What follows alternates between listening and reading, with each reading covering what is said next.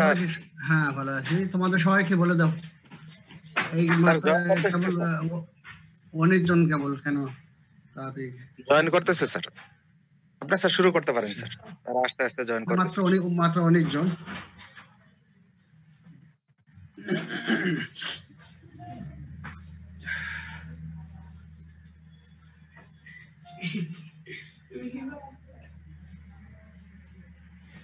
আমি তো এইটা টানেই তো দিতে পারলাম না।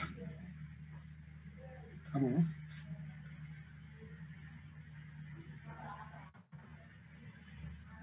ওকে দিয়ে দেবো থামো।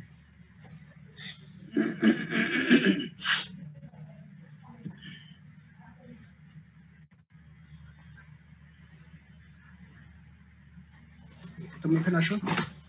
আছি তো।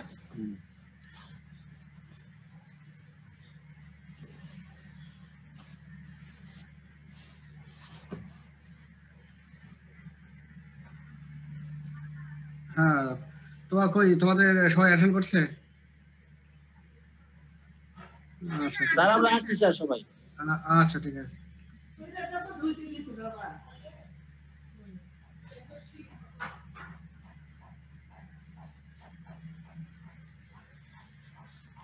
রাফি কই? রাফি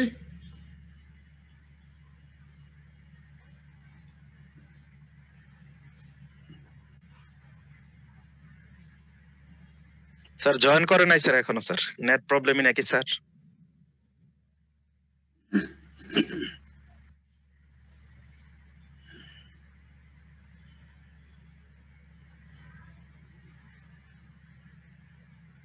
হ্যাঁ রাফি, হ্যাঁ কই তুমি অ্যাটেন্ড করো না কেন? কেবল 20 জন মাত্র কেন?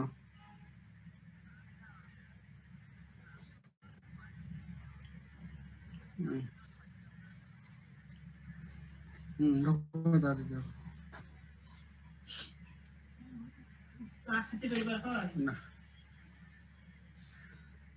আজকে তোমাদের ক্লাস আরেকজনের, বুঝছো? হ্যাঁ, তোমার আরেকজন ক্লাস জি নেবে স্যার। আজকে, কিন্তু আমি ক্লাস নেবো না। এই যে এখানে এই যে বড় ডাক্তার আছে এখানে, এই বড় ডাক্তারের সাথে কথা বলো। এই যে হ্যাঁ কথা বলো। এই যে বড় ডাক্তার ভাইয়া বলো। ভাইয়া কথা বলো তো। কি রে? শব্দ হচ্ছে না কেন? শব্দ হচ্ছে না। তুমি কথা বলো। এই যে নাম কি তোমার? তোমার নামটা বলো। ডাক্তার আরাধ্য সরকার। আরাধ্য সত্তার। ডাক্তার আরাধ্য সরকার। আরাধ্য সরকার তোমার নাম। তুমি কোন ক্লাসে পড়ো?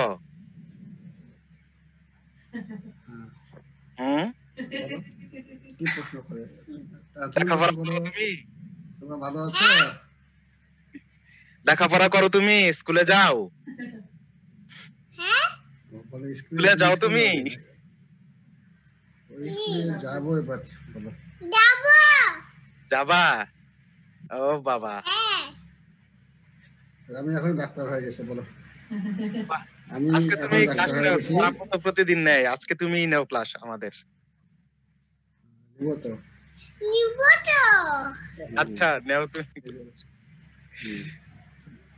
এখানে স্যার শুরু আপনার করছো? কি একটাই ছেলে স্যার? না, দুইটা।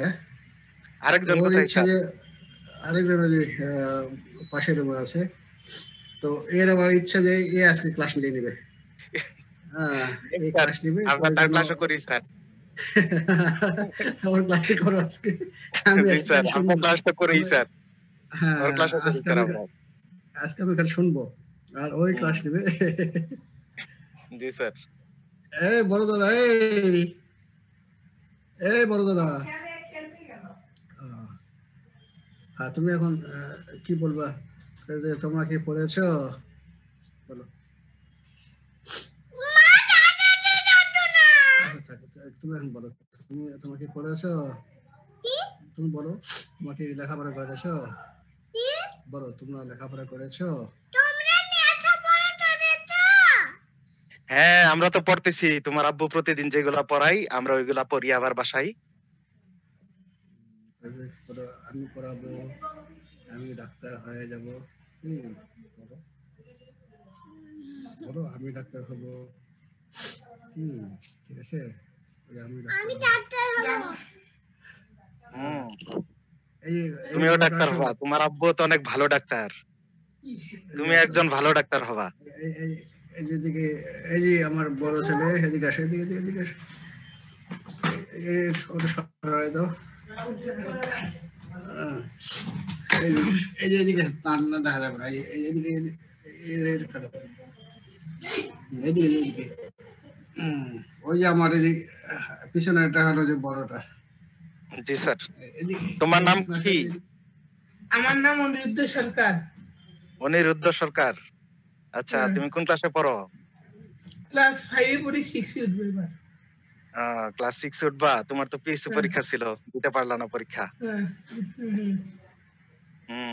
আইসো আমাদের ক্যাম্পাসে, আইসো বেড়াইতে তোমার আব্বুর সাথে, তখন সামনাসামনি দেখা হবে। আসবা?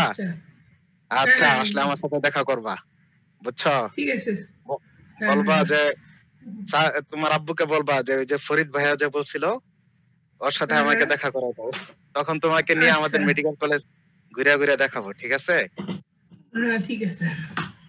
আচ্ছা, তাহলে আমি এখন ক্লাস শুরু করি। তোমার আব্বুকে দেও এখন তাহলে। ঠিক আছে, ভালো আছে। আচ্ছা, ওই যে দেখা যাচ্ছে এটাই তো ক্লাস হচ্ছে এখন, এটাই তো ক্লাস। আমি তো ক্লাস শুরু করি। গেলে দেখাইতে নিয়ে কঠোর লাগবে কঠোর লাগবে পিঠে আবার তেলায় তো আমি তেলায় নিয়ে যেতে পারবো কিভাবে? এইভাবে ক্লাস নিতে হয়, যে এগুলো পড়তে হবে আর বলতে হবে। এই যে আমি তো পড়বো রে। হ্যাঁ, তুমি পড়ো এইবার। হ্যাঁ, তোমার একটু সরে যাওয়ার দিকে।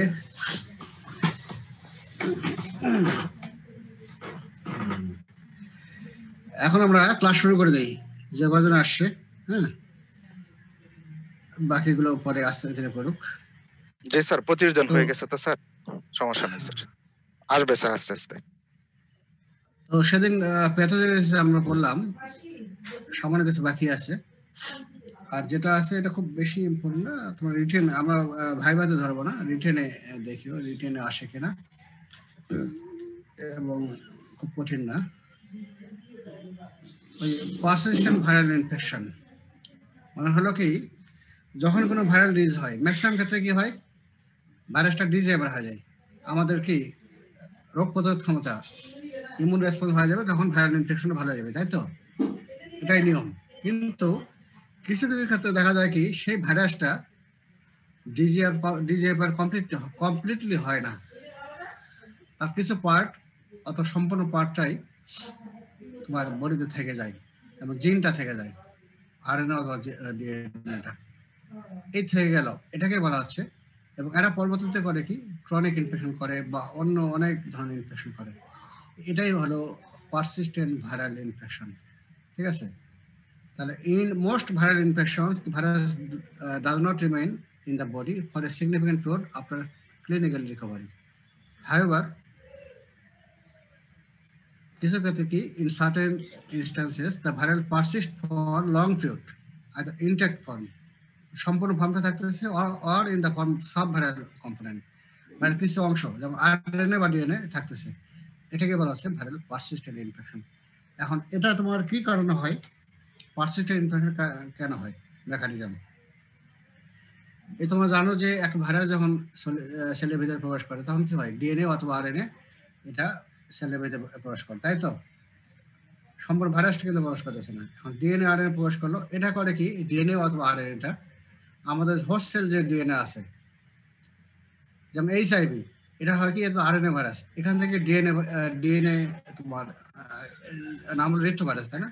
আরএনএ থেকে ডিএনএ হবে, এই ডিএনএটা হবে কি, আমাদের যে হোস্ট সেলে যে ডিএনএ আছে এর সঙ্গে ইন্টিগ্রেশন হয়, মানে একীভূত হয়, সে বহুদিন থাকে, পরে সে আবার ইনফেকশন করে বহুদিন পরে। তাহলে এক নম্বর কি, integration of a DNA provirus into host cell DNA occurs with retrovirus, এইটা হলো তোমার হলো, এটা একটা মেকানিজম। আর হয় immune tolerance, because neutralizing antibodies are not formed, যে অ্যান্টিবডি যেটা আমাদের ইমিউন রেসপন্স হলো সেখানে অ্যান্টিবডি তৈরি হয়, তাই তো? কিন্তু যদি অ্যান্টিবডি ইফেক্টিভ অ্যান্টিবডি তৈরি হলো না, তাহলে তখন কিছু থেকে যায়, এটাকে বলা হয় ইমিউন টলারেন্স। তারপরে formation of virus antibody complex which remain infectious, যেমন হলো ডেঙ্গু ভাইরাস। ডেঙ্গু ভাইরাস হয় কি এর 4টা সেরোটাইপ। তো একটা সেরোটাইপ দ্বারা যদি ইনফেকশন হয়, যে অন্য 3টা সেরোটাইপ এগুলো দিয়ে কিন্তু ইনফেকশন ভালো হবে না। তো একটা সেরোটাইপ ইনফেকশন হলো, তখন হয় কি তার বিরুদ্ধে অ্যান্টিবডি তৈরি হলো। এখন সেকেন্ড টাইম যদি অন্য সেরোটাইপ দ্বারা ইনফেকশন হয়, তখন হবে কি ওই যে ধরো ডেঙ্গু 2, 3 বা 4 তোমার বডিতে প্রবেশ করলো, তা 2, 3, 4 এটা আগের যে অ্যান্টিবডি তৈরি আছে ডেঙ্গু 1 এর বিপরীতে, এটা তখন কমপ্লেক্স তৈরি করলো, করে তারা তখন তারা ইনফেকশন করবে। তাহলে এটা একটা। তারপরে হলো location within an immunologically sheltered sanctuary, that is brain. যে ব্রেন, তারপরে তোমার চোখের কিছু অংশ, এগুলো তো হয় কি ইমিউন সেলগুলো যাইতে পারে না, এগুলোকে বলা হয় ইমিউনোলজিক্যালি শেল্টার।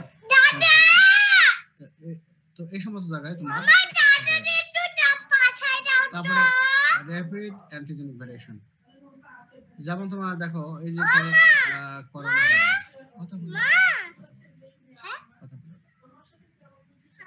যেমন হলো র্যাপিড অ্যান্টিজেনিক ভ্যারিয়েশন, যেমন এই করোনা ভাইরাস হয় কি করোনা ভাইরাস এটা হয় কি যে তোমার এর কিন্তু অ্যান্টিজেন ভ্যারিয়েশন হচ্ছে, কিন্তু বারবার মিউটেশন হচ্ছে, কিন্তু এই জন্য যে ভ্যাকসিন যে নিয়ে আসতেছে এটা কিন্তু এফেক্টিভ নাও হইতে পারে, এটা বুঝে দেখো। এই ভ্যাকসিন অনেকগুলো কোম্পানি অলরেডি তৈরি করছে, এবং অনেকগুলো 100-200টা কোম্পানি তৈরি করে ফেলছে, এবং 3-4টা প্রায় তোমার অলরেডি দেওয়া শুরু হয়ে গেছে। বাংলাদেশেও আশা করি জানুয়ারির দিকে চলে আসার কথা, কিন্তু ইফেক্টিভ কতটুকু হবে এটা বলা মুশকিল। তারপরে যে ইনফ্লুয়েঞ্জা ভাইরাস এটা কিন্তু তোমার র্যাপিড খালি অ্যান্টিজেন ভ্যারিয়েশন এত আছে, যার ফলে কিন্তু ইনফ্লুয়েঞ্জা ভাইরাসের বিপরীতে এখনো অ্যান্টিবডি তৈরি হয়নি, তোমার ভ্যাকসিন এখন তৈরি হয়নি। এটাকে বলা হচ্ছে rapid antigenic variation, due to mutation. তারপর spread from cell to cell without an extracellular phase, so that virus is not expose to antibody. যেমন ভাইরাস সেল টু সেল থেকে সেলের ভিতরেই যাবে, সেলের মাঝখানে যে এক্সট্রা সেলুলার স্পেস আছে এইখানে যাবেই না, তাহলে অ্যান্টিবডি সেখানে কাজ করতে পারবে না। আর একটা হলো ইমিউনোসাপ্রেশন, অ্যাজ ইন এইডস। এইডস হলে কি হবে, তোমার ইমিউন সাপ্রেশন হয়, তাই না? খালি এইডস না, আরো অনেক কিছু ডিজিজ আছে যেগুলোতে ইমিউন সাপ্রেশন হয়। এই সমস্ত ক্ষেত্রে তোমার হবে ভাইরাস আমাদের বডিতে থেকে যায়, বা তার ইনট্যাক্ট ফর্মটা থেকে যায়। এটাকে বলা আছে persistent viral infection. Persistent viral infection কয় ধরনের? একটা হলো ক্রনিক ইনফেকশন, অথবা আরেকটা বলা যায় যে ক্রনিক ক্যারিয়ার ইনফেকশন। একটু পার্থক্য আছে, chronic infection, chronic career infection. তারপর তোমার হলো ল্যাটিন ইনফেকশন, আরেকটা হলো স্লো ইনফেকশন। এখন ক্রনিক ইনফেকশন বা ক্রনিক ক্যারিয়ার ইনফেকশন, এখানে হলো কি যে একটা ভাইরাস দিয়ে যখন ইনফেকশন হলো তখন হলো অ্যাকুট, যেমন হেপাটাইটিস বি ভাইরাস এবং সি ভাইরাস,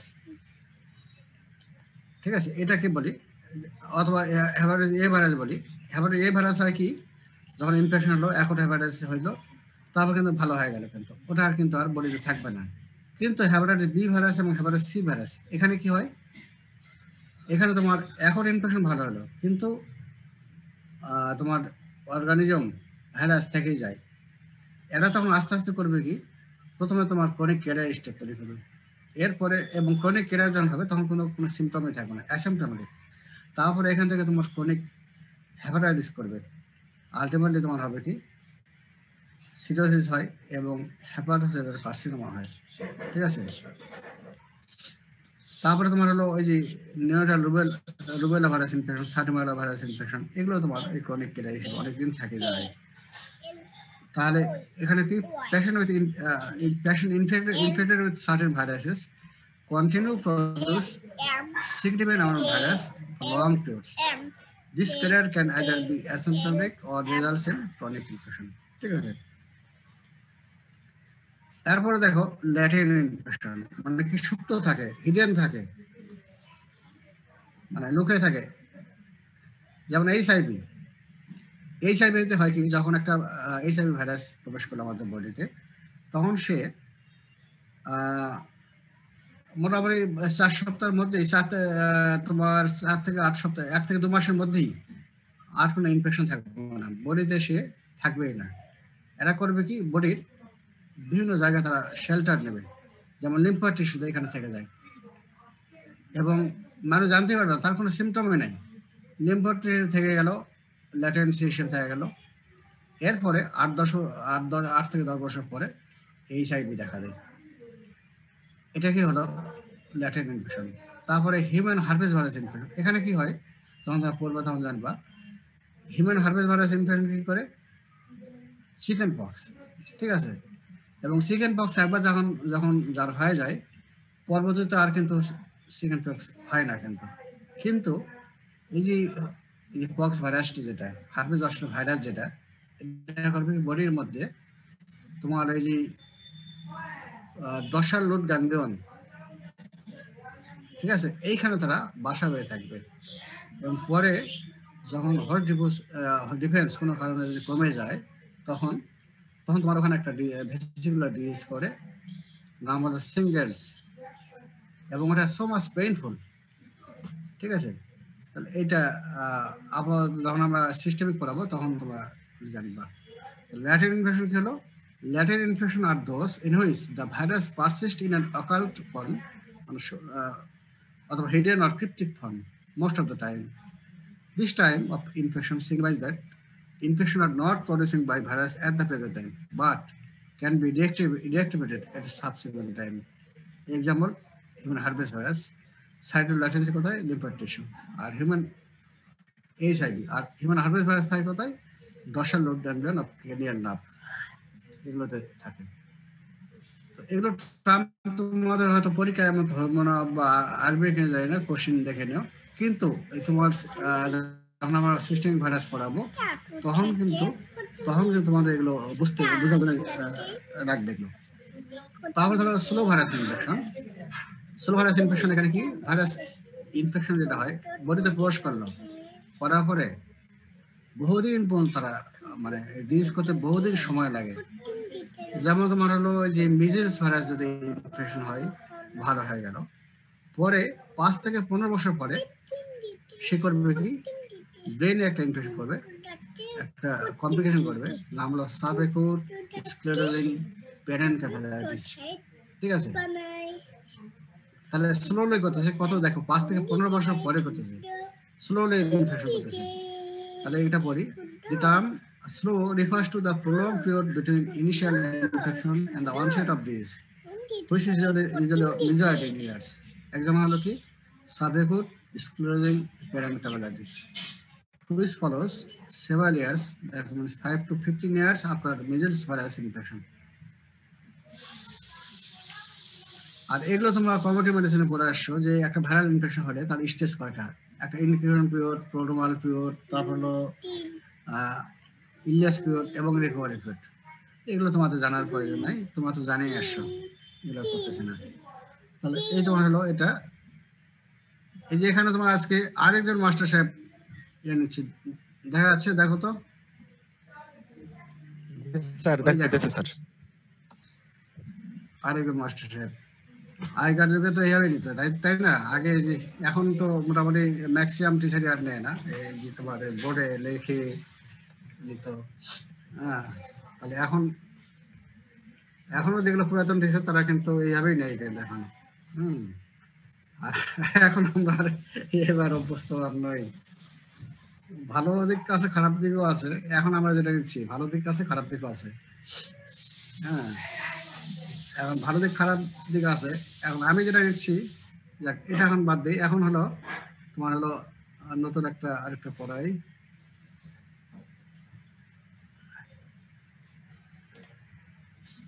এবারে দেখবো হলো ল্যাব ডায়াগনোসিস। দেখা যায়? জি স্যার, দেখা যাচ্ছে স্যার। আচ্ছা, বুঝছি, তাহলে ওই নিউ শেয়ারিং এ দিতে হবে, তাহলে আর কেটে যাবে না। জি স্যার, নিউ শেয়ারিং এ দিলে তখন ওই যেটা স্যার নতুন দিচ্ছেন ওইটা আসে আর কি। হুম। তাহলে আমরা হলো এখন পড়াবো cultivation of virus and lab diagnosis. তো আমরা অলরেডি ভাইরাস কালচার করি, এটা তোমাদের পরীক্ষায় আসে, রিটেন বা ভাইভা দুটোই আসবে। ভাইরাস কালচার করি, কোথায় কালচার করব? যেমন ব্যাকটেরিয়া, যেমন কালচার মিডিয়া তোমরা অলরেডি জেনে আছো, যত দেখো না এখনো, প্র্যাকটিক্যাল করলে তোমাদের কনসেপ্টটা আরো ক্লিয়ার হইতো। তো যাই হোক, এখন নাইমোমার্সে কানামাই ভালো, যতটুকু নেওয়া যায় ততটুকু আমি করি। এখন ভাইরাস কালচার করা যায়, কিন্তু তোমার যে ব্যাকটেরিয়ালজি কালচার এগুলো কি ইনঅ্যানুয়েট কালচার মিডিয়া, ইনঅ্যানুয়েট জড়পদার্থ, এগুলো কিন্তু ভাইরাস তোমরা জানো যে অলরেডি জানছো, এগুলো লিভিং সেলসরা বাঁচতে পারে না, তাই তো?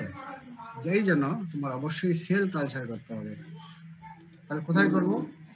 Can not grow in living media. তারপরে তাহলে কি virus can be grown in living sales. Living sales বলতে কি কি আমরা নেই? এমব্রায়োডেটেড এগ নেই, অ্যানিমেল নেই, তারপরে টিস্যু কালচার নেই, এবং সেল কালচার, এমব্রায়োডেটেড এগ, তারপরে আচ্ছা, তারপরে হলো দেখো এই যে এমব্রায়োডেটেড এগ, এখানে কোন ভাইরাসটা করি কালচার? এখন করা হয় র্যাবিজ ভাইরাস করা হয়, র্যাবিজ ভাইরাস। তারপরে অ্যানিমেল ইনঅকুলেশন,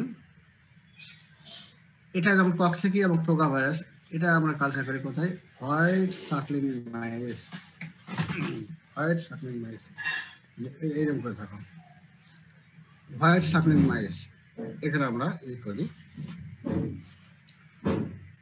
আর মাংকিতে করা হলো ভাইরাল হেপাটাইটিস ভাইরাস যেগুলো আছে, এগুলোতে তোমার করা হয়, কালচার করা হয়। তারপরে তোমার টিস্যু কালচার বা অর্গান কালচার, এই তোমার করোনা ভাইরাস, এটা করা হয়, করোনা ভাইরাস, টিস্যু কালচার বা অর্গান কালচার। তারপরে হলো সেল কালচার। সেল কালচারের মধ্যে কি? একটা হলো primary cell culture, semi continuous cell culture, ওটা আরেকটা নাম ডিপ্লয়েড সেল কালচার, আরেকটা হলো continuous cell lines. Primary cell culture এর এক্সাম্পল হলো কি? এই যে monkey kidney cells, human amnion cells, এখানে এগুলোতে কালচার করা হয়। আর সেমি কন্টিনিউয়াস সেল কালচার কোনটা? যে আরেকটা নাম হলো ডিপ্লয়েড সেল কালচার, এই ফাইব্রোব্লাস্ট এর উপরে, এটা আমরা কালচার মিডিয়া হিসেবে ব্যবহার করি। আরেকটা হলো কন্টিনিউয়াস সেল লাইন্স, হেলা সেলস। হেলা সেলস কেন হলো নামটা? এখানে দেখো, হেলা একজন লেডি ছিলেন, তার সার্ভাইকাল কার্সিনোমা হয়, এই সার্ভাইকাল কার্সিনোমা থেকে সেল নিয়ে সেখানে ভাইরাস কালচার করা হয়। তো যেহেতু ওই প্রথম ওই লেডি নাম হলো হেলা, তার কাছ থেকে সেল নেওয়া হলো, এই জন্যই তোমার বলা হচ্ছে HeLa cell culture. HeLa cells from cervical cancer of a lady named HeLa. ঠিক আছে? তাহলে সেল কালচার কিন্তু তিনটা: primary cell culture, semi continuous এবং কন্টিনিউয়াস সেল লাইন। প্রাইমারি হলো যে মাঙ্কি কিডনি সেল এবং human amnion cell. Semi continuous cell line কি? যেমন ডিপ্লয়েড সেল কালচার অথবা ফাইব্রোব্লাস্ট। আর কন্টিনিউয়াস সেল লাইন কি? HeLa sell. আর টিস্যু কালচার কি করে করা হয়? তাহলে আর উপরে যে এমব্রায়োনেটেড এগ, এখানে কি করা হয়? রেবিস ভাইরাস, তারপর তোমার হলো হোয়াইট সাকলিং মাইস, ওখানে হয় কি? Toga virus, sir. আচ্ছা। তারপরে 3 নম্বর হলো মাঙ্কি স্যার, মাঙ্কিতে করা হয় স্যার ভাইরাল হেপাটাইটিস। আচ্ছা। আর অর্গান কালচার অথবা টিস্যু কালচার, ওটা তো স্যার এই যে এখন করোনা ভাইরাস করা হয়, আরো করা হয়, এগুলো জাস্ট একটা উদাহরণ।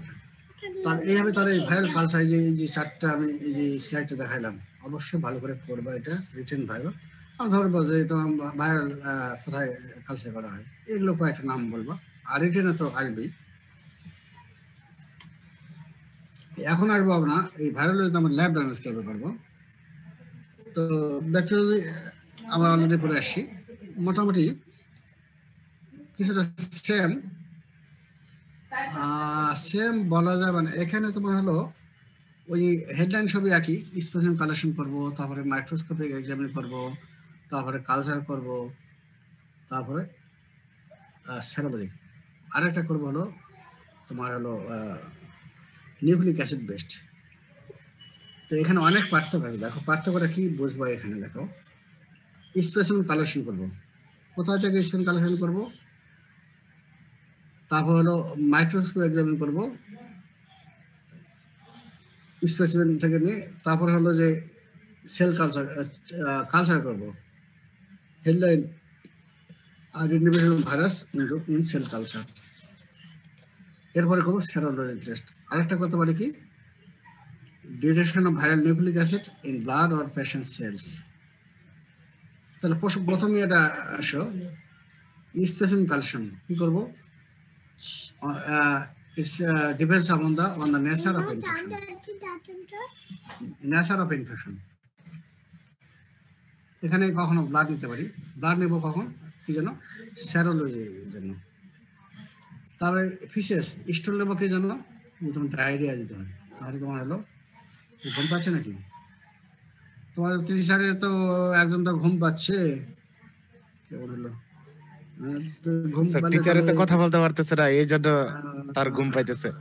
সেটাই তো, এসব করে বসে থাকলে তো হবে না। তো তার একটা কবিতা সে বলতেছিল, ওটা একটু বলতে দেন, তাহলে তার ঘুম ভেঙে যাবে। হ্যাঁ তাহলে কবিতা বলো দেখি, বলতো বলো কি বলবো? ওই কবিতাটা বলো তোমার, ওই যে একটু আগে বলতেছিল ওই আইরে কবিতাটা আইটি, শিখাও, ওই যে কি ওটা বলো। অথবা ওই ওয়ান যাবে, হ্যাঁ ওয়ান যাবে শ্বশুর বাড়ি, ওটা বলো তো, ওয়ান যাবে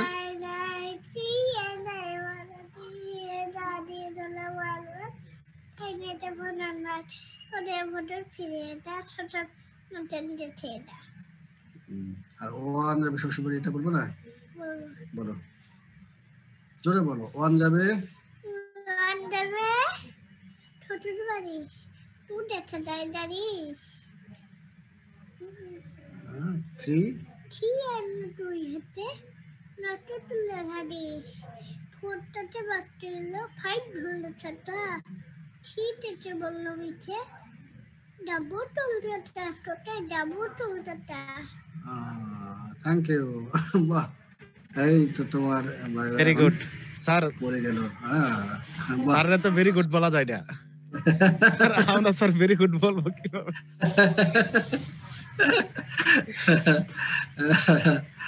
এই যে ওয়ান যাবে শ্বশুর বাড়ি, একটু দেখা যায় গাড়ি। আচ্ছা তাহলে তারপরে তোমার হলো যদি রেসপিরেটরি ট্র্যাক্টে ইনফেকশন করে তাহলে নেবো নেজোভেঞ্জাল সোয়াব নিতে পারি, ওয়াশ করতে পারি, বাচ্চা হলে স্পুটাম নিতে পারি। আর ভেসিকুলার লেশন যদি হয় তাহলে ভেসিকুলার ফ্লুইড নেবো, ম্যানিনজাইটিস হলে সিএসএ নেবো, তারপরে বায়োপসি নেবো। তোমার এই যে ক্যান্সার কার্সিনোমা যদি সাসপেক্ট করি সেক্ষেত্রে বায়োপসি করবো। এখন মাইক্রোস্কোপে এক্সামিন করবো, তাই তো। এখন তোমরা জানো যে লাইট মাইক্রোস্কোপ দ্বারা তোমার কিন্তু আমরা লাইট মাইক্রোস্কোপে ভাইরাস দেখতে পারি না, তাই তো। তাহলে লাইট মাইক্রোস্কোপ দিয়ে আমরা তো ভাইরাস ডায়াগনোস করতে পারবো না। কিন্তু একটা তোমরা প্যাথোলজি অলরেডি জেনেছো যে কিছু ভাইরাস যখন তোমার কালচার একটা টিস্যুতে বা সেলে গ্রো করে তখন কি করে, সাইটোপ্যাথিক ইফেক্ট তৈরি করে, তাই তো। সাইটোপ্যাথিক ইফেক্ট অবশ্যই ভালো করে জানবো, সম্পূর্ণটাই জানতে হবে। সাইটোপ্যাথিক ইফেক্ট একটা ছিল কি, ইনকুলেশন বডি অথবা sir multi nucleated giant cell যেগুলো আছে স্যার, এগুলো প্রথম ছিল কি মরফোলজি চেঞ্জ হয়, বেলোনিং অফ সেল এগুলো হয়, তারপর তোমার হলো পিকনোসিস হয় নিউক্লিক অ্যাসিড, তারপর তোমার ওই যে আলটিমেটলি কি হয়, মাল্টি জায়ান্ট সেলস হয়, তাই তো। ভাইরাল যে প্রোটিনগুলো ইনসার্টেড হবে কোনটা হয়, সেল মেমব্রেনে, যার ফলে সারাউন্ডিং সেলগুলো ফিউশন হবে, তখন হবে মাল্টি নিউক্লিক জায়ান্ট সেলস। আরেকটা হয় কি, ইনক্লুশন বডি ফর্মেশন হয়, যেমন র্যাবিসে হয় নেগ্রে বডি। এগুলো যখন যখন তৈরি হবে তখন তোমার হলো বড় বড় হয়ে যায়, বড় দেখা যাবে। এগুলো তখন তোমার লাইট মাইক্রোস্কোপে দেখা যাবে। তাহলে এই জন্য আমরা বলছি ইনক্লুশন বডি অথবা multi nuclear giant cells. Example কি এটা ওই জাঙ্ক স্মেল করা হয় which shows herpes virus induced multinuclear giant cells in vesicular stimulation. তাহলে হার্পেস ভাইরাস যখন এই যেমন হার্পেস ভাইরাস ইনফেকশন করলে কি হবে, ভেসিকুলার ইনফেকশন হবে। এখান থেকে তোমার ফ্লুইড নিয়ে জাঙ্ক স্মেল করা হয়, করে তারপরে আমরা মাইক্রোস্কোপ অডিও মাইক্রোস্কোপে দেখব। তারপরে আমরা করব কি আলট্রাভায়োলেট মাইক্রোস্কোপি। আলট্রাভায়োলেট মাইক্রোস্কোপি এখানে একদম স্টেনিং ব্যবহার করা হয়, ফ্লোরোসেন্ট স্টেনিং ব্যবহার করা হয়, করলে এটা আমরা দেখতে পাবো। আর লেটেস্ট যেটা সেটা ইলেকট্রন মাইক্রোস্কোপি। ইলেকট্রন মাইক্রোস্কোপির মাধ্যমে কি সম্পূর্ণ ভাইরাস পার্টিকেল, ভাইরাসের শেপ সাইজ মরফোলজি সবই দেখা যাবে। ঠিক আছে, এই তাহলে এই হলো মাইক্রোস্কোপি। তাহলে এখানে যে অলরেডি আমরা দেখাইছিলাম নেগেটিভ বডি দেখাইছিলাম গত ক্লাসে। তারপর তোমার হলো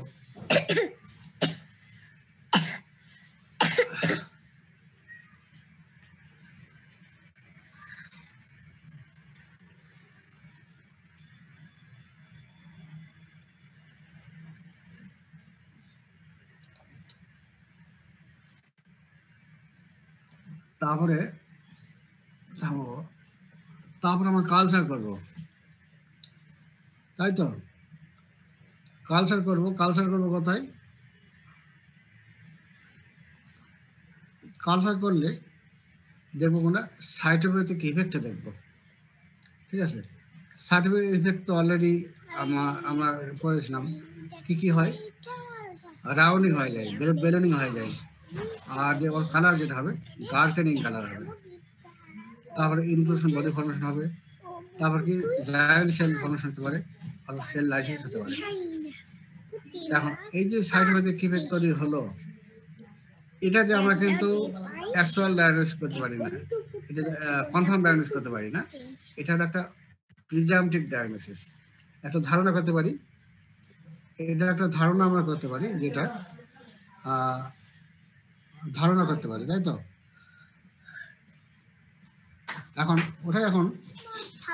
আর কিছু ভাইরাস আছে যে সাইটোপ্যাথিক ইফেক্ট তৈরি করে না, সেক্ষেত্রে আমরা তখন কিভাবে ডায়াগনোস করতে পারবো? If the virus does not produce a cytopathologic effect, its presence can be detected by several other techniques. কি আছে? যেমন হিম অ্যাডজর্পশন আছে, শুধু খালি টার্মটা খালি জানা রাখো, নিচে অনেক কিছু আছে, এগুলো পড়তে হবে না। আরেকটা হলো কিছু ভাইরাস আছে যেগুলোর সঙ্গে একটা সেকেন্ড ভাইরাস একই সঙ্গে কালচার করা হলো।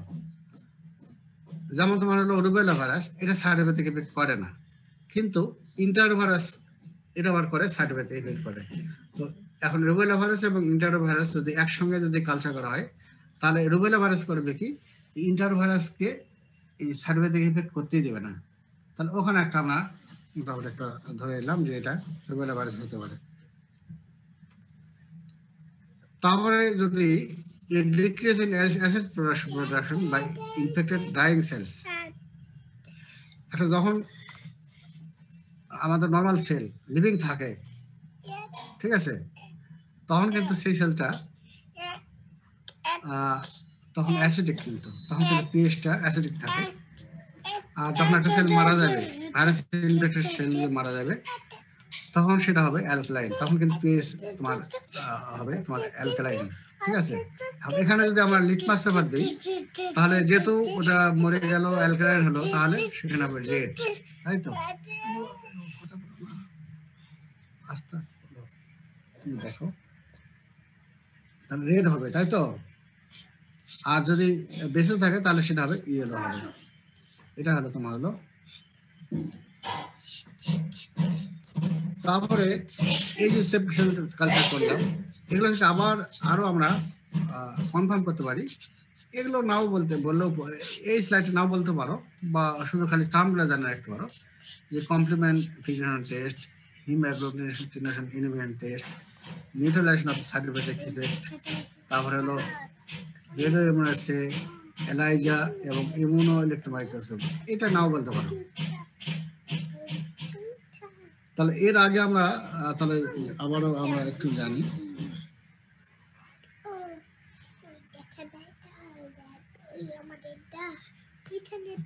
তাহলে প্রথম আমরা করলাম কি যে স্পেসিফিক কালেকশন করলাম, তাই তো কালেকশন করলাম, তারপরে আমরা করবো কি সেটা ওই স্পেসিফিক থেকে আমরা প্রথম দেখবো লাইট মাইক্রোস্কোপ। তো লাইট মাইক্রোস্কোপ দ্বারা আমরা কি করবো যে ভাইরাস যদি রোগ করে তাহলে যে ইনফেকশন বডি ফর্ম করে এবং মাল্টিনিউক্লিয়ার জায়ান্ট সেল ফর্ম করে, এগুলো আমরা ডায়াগনোস করবো লাইট মাইক্রোস্কোপ মাধ্যমে। তারপরে আলট্রাভায়োলেট, তারপরে তোমার আলট্রাভায়োলেট মাইক্রোস্কোপ, এখানে কি করবো আলট্রাভায়োলেট, এখানে হবে কি ফ্লুরোসেন্ট অ্যান্টিবডি স্টেনিং, এখানে স্টেনিং পাওয়া যায়, এর দ্বারা স্টেনিং করলে তাহলে এটা ভালো করে দেখা যাবে। আর ইলেকট্রন মাইক্রোস্কোপের মাধ্যমে কি করবো ভাইরাস পার্টিকেলটা সম্পূর্ণ আমরা দেখতে পারবো, শেপ সাইজ মরফোলজি সবই দেখা যাবে। তারপরে আমরা করবো কি কালচার করবো, তাই তো কালচার করবো। কালচার করে তখন করবো কি দেখবো কি এই যে ভাইরাস যে সাইটোপ্যাথিক ইফেক্ট করে, ভাইরাস সাইটোপ্যাথিক ইফেক্ট যে করে এটা আমরা দেখবো। তাহলে সাইটোপ্যাথিক ইফেক্ট বলতে কি বলে rounding of the cell, darkening of the cell, inclusion body formation, giant cell formation অথবা সেল লাইসিস, এগুলো আমরা দেখবো। এই ওইদিকে দেখেন, ওইদিকে ছেড়ে যাবে, তাহলে এগুলো আমরা দেখবো। তবে সাইটোপ্যাথিক ইফেক্ট এটা একটা হলো প্রিজাম্পটিভ ডায়াগনোসিস এটা। তারপরে আমরা কি করব,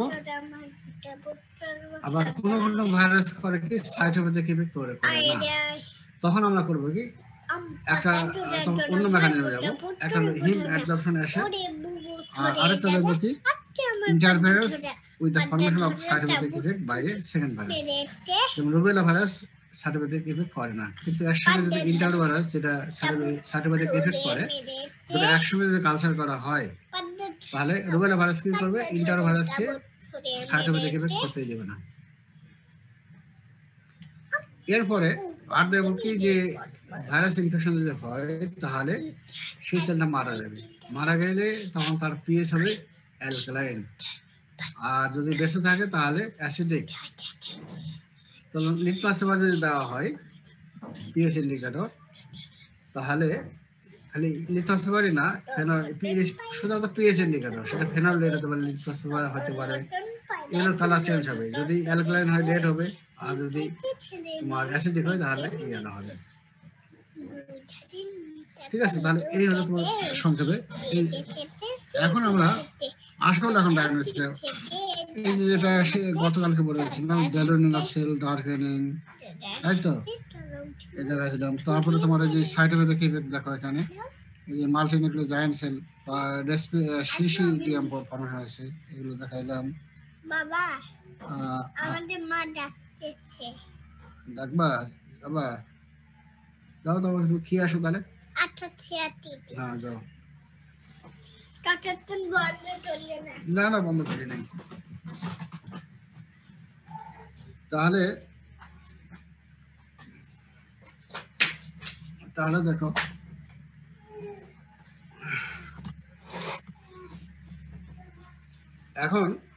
এখন যে বললাম যে স্যাম্পল নিলাম, তারপরে মাইক্রোস্কোপ করলাম, কালচার করলাম,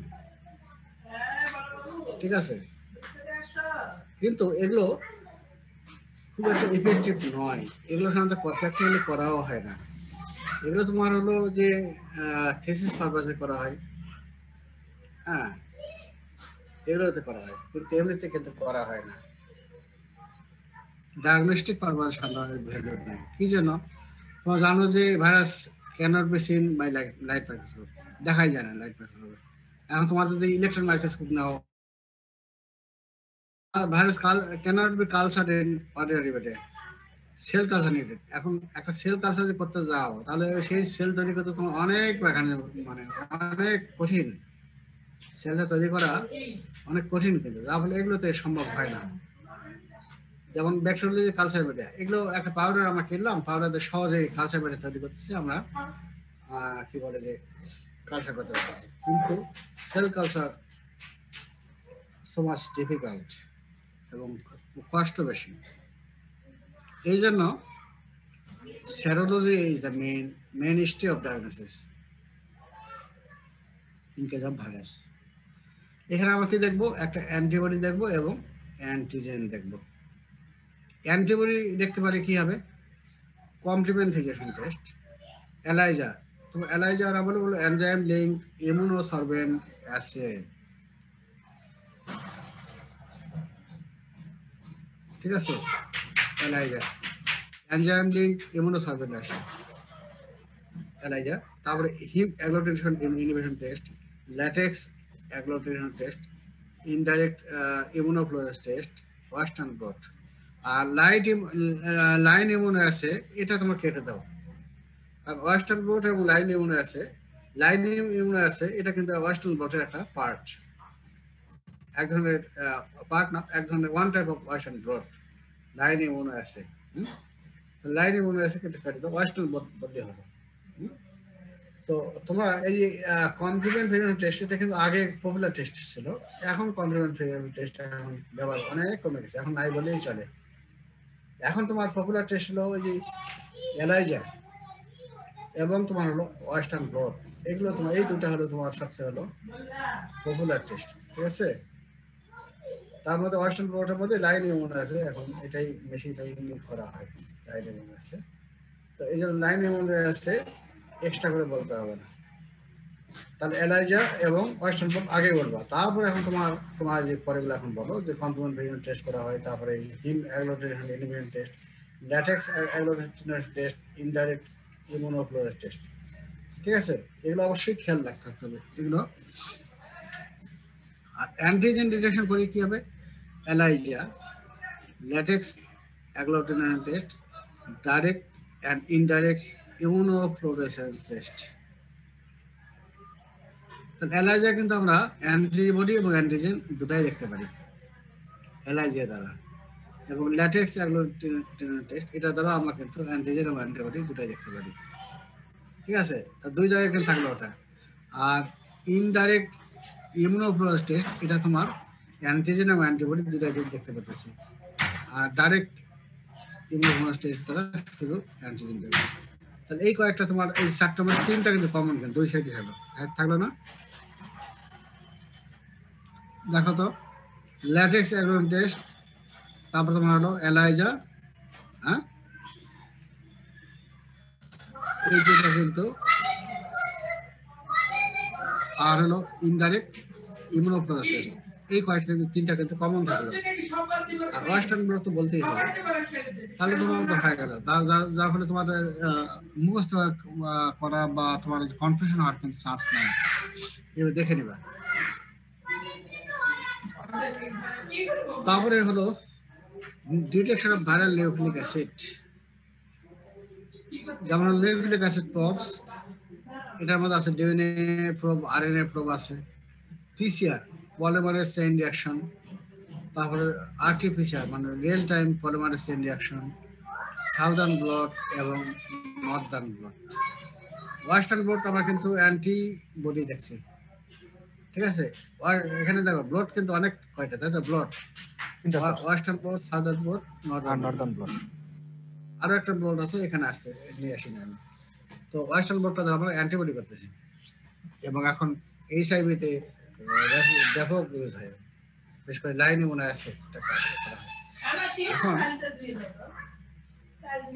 তোমরা এখানে দেখো যে পিসিআর এখনো করা হয়, তো পিসিআর এখন যেটা বেশি করা হয় এখন হলো আরটিপিসিআর, রিয়েল টাইম পিসিআর। আমরা যেটা করোনা ভাইরাসে করতেছি, এই যে দীর্ঘ মনে করো কি 1 বছর হয় না এখনো, গত মার্চ থেকে করোনা ভাইরাস শুরু করছি, সেই রিয়েল টাইম পিসিআর এর মাধ্যমে আমরা করতেছি। আর দুইটার মধ্যে পার্থক্যটা কি স্যার, আরটিপিসিআর পিসিআর এর মধ্যে? একটা পার্থক্য হলো পিসিআর দ্বারা আমরা করতে পারি কি শুধু এটা কোয়ালিটেটিভ টেস্ট করতে পারি, আর রিয়েল টাইম পিসিআর এর মাধ্যমে আমরা কোয়ালিটি কোয়ান্টিটি দুটাই দেখতে পারি, এটা পার্থক্য। আর যে মেকানিজম গুলো মেকানিজম তোমার পিসিআর তোমার খুব মানে মানদাতা করে খুব অনেকগুলো স্টেপ, খুব মানে সময় বেশি লাগে, অনেক কঠিন। আর রিয়েল টাইম পিসিআর এটা খুব মানে ইজি মেথড চলে আসে একবারে। আরো অনেক পার্থক্য আছে যাকে অত এখন জানতেছি না, তবে এখন রিয়েল টাইম পিসিআর এটাই তোমার ভ্যালুয়েবল।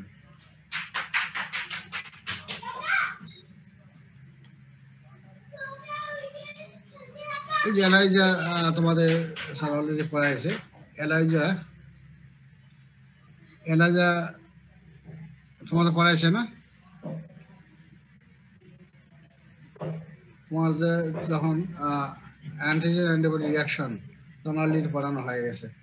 স্যার এইভাবে এলাইজা স্যার আপনি একটু বললে ভালো হয় স্যার। এখন আজকে আর যে এলাইজা এগুলো পড়াবো না, শুধু খালি এলাইজা তোমাদের যে প্রিন্সিপালটা, এটা তো এলাইজা প্রিন্সিপালটা তোমাদের পরীক্ষা আসে, রিটার্ন পরীক্ষা আসে, শুধু প্রিন্সিপালটা আসে। প্রিন্সিপালটা কি? It is an applied to detect antigen or antibody. আমি আগে বলছি এলাইজা তারা অ্যান্টিজেন এবং অ্যান্টিবডি দুটা যায়। It is applied to detect antigen or antibody by adding enzyme conjugated with specific antibody together with its substrate. Reagent পাওয়া যায়।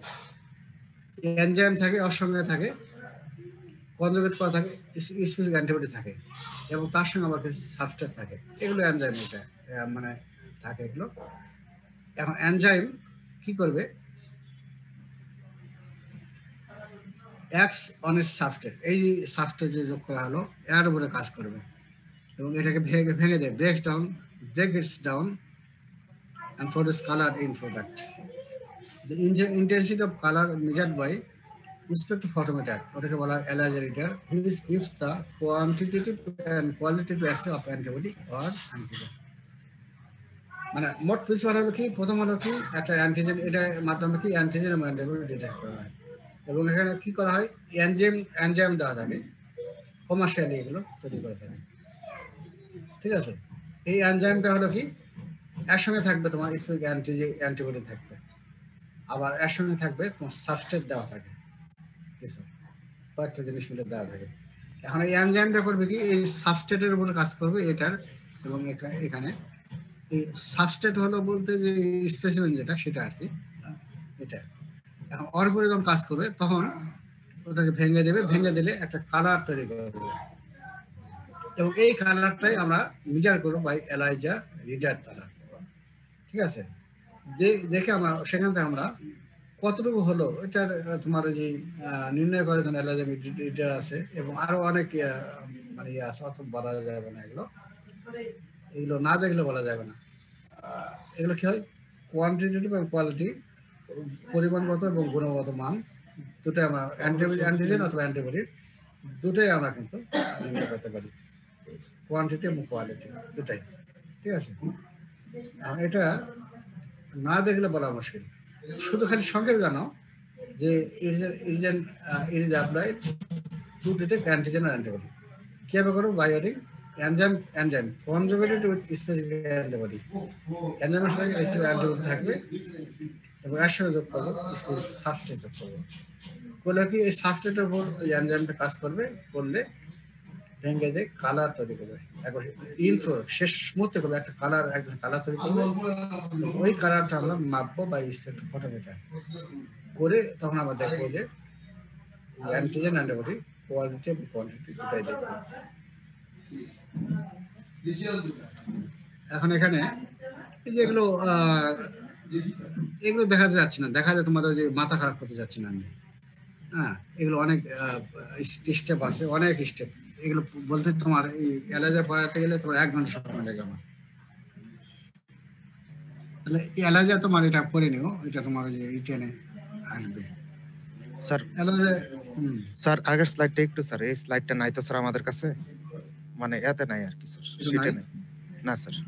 এটা তো শিটে, আমি তো রিসেন্ট শিটে দিয়েছিলাম তো এটা স্যার। তাহলে আমাদের কাছে যেটা আসছে এটা স্যার অনেক আগের শিট স্যার।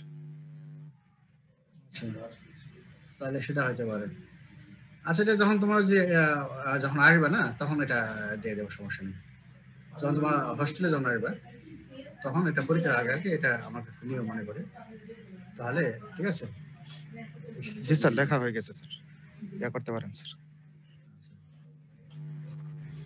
এলার্জার ইউজ কি detection of hepatitis B virus panel, যেমন এর জন্য মাধ্যমে করে hepatitis B HBSG, HBAG, anti HBS, এই হেপাটাইটিস বি ভাইরাস আছে না ইনফেকশন হলে, এই যে এগুলো আমরা অ্যান্টিজেন দেখি, এইচবিএসজি, এইচবিএজি, অ্যান্টি-এইচবিএস, এবং এগুলো আমরা যখন হেপাটাইটিস বি ভাইরাস পড়াবো তখন তোমরা এগুলো জানবা। HIV hepatitis B virus diagnosis করার জন্য আমরা করবো।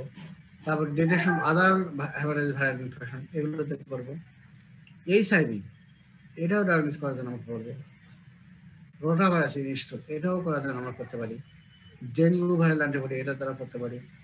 Different bacterial antigen antibody detection, syphilis এটা দ্বারা আমরা পিসিআর করতে পারি, এলার্জি করতে পারি।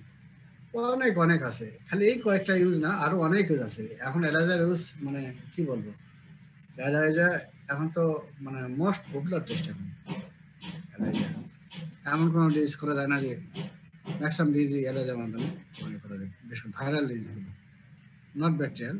ব্যাকটেরিয়াল কিছু সব ক্ষেত্রে নয়। এটা লিখে নাও, এটা তো এলার্জার শর্ট নোট বা প্রিন্সিপালটা অনেক সময় আসে। আরেকটা আসে মনে হয় পিসিআরটা, ওটা না আরেকদিন পড়াবো। পিসিআরটারও তোমার প্রিন্সিপালটা আসে, পিসিআর ওটা একদিন পড়ানো যাবে। বাবা আসো, শেষ। বসো, তোমাদের এইদিকে আসো। তোমাদের বড় স্যার তো মানে ক্লাস নিতে দেয় খুব টায়ার্ড হয়ে গেল, খাওয়া মানে খাইলো। হ্যাঁ জি স্যার, লেখা শেষ স্যার আমাদের। আচ্ছা, আর তোমাদের বড় স্যার এই যে ক্ষুধা পেয়েছিল, মানে খুব টায়ার্ড হয়ে গেছিল ক্লাস নিতে তাহলে খাওয়া না করে আসলো। এখন আবার সে পূর্ণদমে ক্লাস নেওয়া শুরু করবে, তাই না? তারপর তুমি পরে আবার কবিতা শোনাবা। আচ্ছা, এগুলো এখন আবার আমরা নিউজ শেয়ারে যাই। বাবা দেরি করতে আমার দেরি করিনি। এখন আমরা পড়াবো রোটা ভাইরাস। রোটা ভাইরাস কিন্তু খুব বেশি না, এবং এটা খুব ছোট। রোটা ভাইরাস দেখা যায় এখন, দেখা যাচ্ছে? জি স্যার, দেখা যাচ্ছে। আচ্ছা, রোটা ভাইরাস এখন কোন ভাইরাস তোমার ডায়রিয়া করে, অথবা বলতে পারে হঠাৎ positive agents of viral gastroenteritis. এবং জানবা যে most of the viral disease, এই যে ভাইরাল ডায়রিয়া, এগুলো কিন্তু তোমার হলো শীতকালেই হয়, আর গরমকালে মেইনলি তোমার হলো ব্যাকটেরিয়াল ডায়রিয়া এটা বেশি হয়। তো এর মধ্যে তোমার হলো অনেকগুলো আছে, যেমন রোটা ভাইরাস, এটাই কমনেস্ট। এই যেগুলো স্টার চিহ্ন দেওয়া আছে সেগুলো বেশি হয়। রোটা ভাইরাস কমনেস্ট, তারপরে কি অ্যাডেনো ভাইরাস, অ্যাস্ট্রো ভাইরাস, এটা বেশি। তারপর হলো ক্যালিসি ভাইরাস। ক্যালিসি ভাইরাসের মধ্যে কি আছে? নরক ভাইরাস এবং স্যাপ্রো ভাইরাস। আদার ভাইরাসের মধ্যে কি? করোনা ভাইরাস এবং টরো ভাইরাস। তাহলে এর মধ্যে কিন্তু এই রোটা ভাইরাস, নরক ভাইরাস এবং অ্যাডেনো ভাইরাস, এই তিনটা আগে বলবো, ঠিক আছে? এই তিনটা বলতেই হবে। ভাবে যদি বলো তো এই তিনটা বলতে হবে, তারপরে বাকিগুলো যে খেয়াল নাও তাও থাকে, সমস্যা নেই। কিন্তু রিটেনে বেশি মার্ক পাইতে গেলে সবই দেখতে হবে। তাহলে রোটা ভাইরাস তো এক ধরনের কমনেস্ট, অবশ্যই বলতে হবে। অ্যাডেনো ভাইরাস, নরক ভাইরাস, অ্যাস্ট্রো, ক্যালিসি ভাইরাস এবং আদার ভাইরাস। তারপর করোনা ভাইরাস। এই করোনা ভাইরাস এখন তোমরা জানবা যে করোনা ভাইরাস যে এই যে কোভিড-19 হচ্ছে, কিন্তু কোভিড-19 তো করোনা ভাইরাস, তাই তো? এই যে কোভিড-19 হচ্ছে, এটাতেও কিন্তু তোমার হলো ডায়রিয়া হয়, কিন্তু আনইউজুয়াল সিম্পটম, এটাতেও কিন্তু ডায়রিয়া হয়। আগে তোমার কাশি নাই, জ্বর নাই, কিন্তু ডায়রিয়া হচ্ছে। হ্যাঁ, এই জন্য তোমার করোনা ভাইরাস।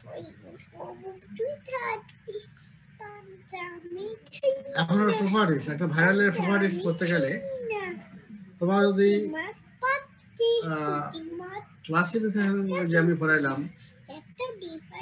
ওটা ভালো করে পড়ে থাকো, তাহলে কিন্তু ভালো করে বোঝো। তাহলে তোমাদের যে এই জিনিসগুলো এই পয়েন্টসগুলো তোমাদের খেয়াল রাখা কোনো তোমাদের মুখস্থ করার কোনো প্রয়োজন নাই। যেমন ধরো আমরা ভাইরাসকে ভাগ করে কি হবে, আরএনএ ভাইরাস এবং ডিএনএ ভাইরাস, তাই তো? তাহলে কোনটা আরএনএ ভাইরাস কোনটা ডিএনএ ভাইরাস ওটা একটা আমরা জানবো নাকি, এবং আরএনএ ভাইরাস কি কি আছে, ডিএনএ ভাইরাস কি কি আছে, তাই তো? প্রথম ফ্যামিলি, তারপর হলো তার জেনাস আছে। ওই ক্লাসিফিকেশনটা তোমার একবারে মানে কি বলবো, আরো যে পড়ার সময় একবারে স্পষ্ট করে মানে ভালো করে মনে রাখবো সব। তারপরে ইয়ে করলাম, তারপর তোমার কোনটা ইনভ্যালুব আর কোনটা নন ইনভ্যালুব এটা অবশ্যই জানতে হবে।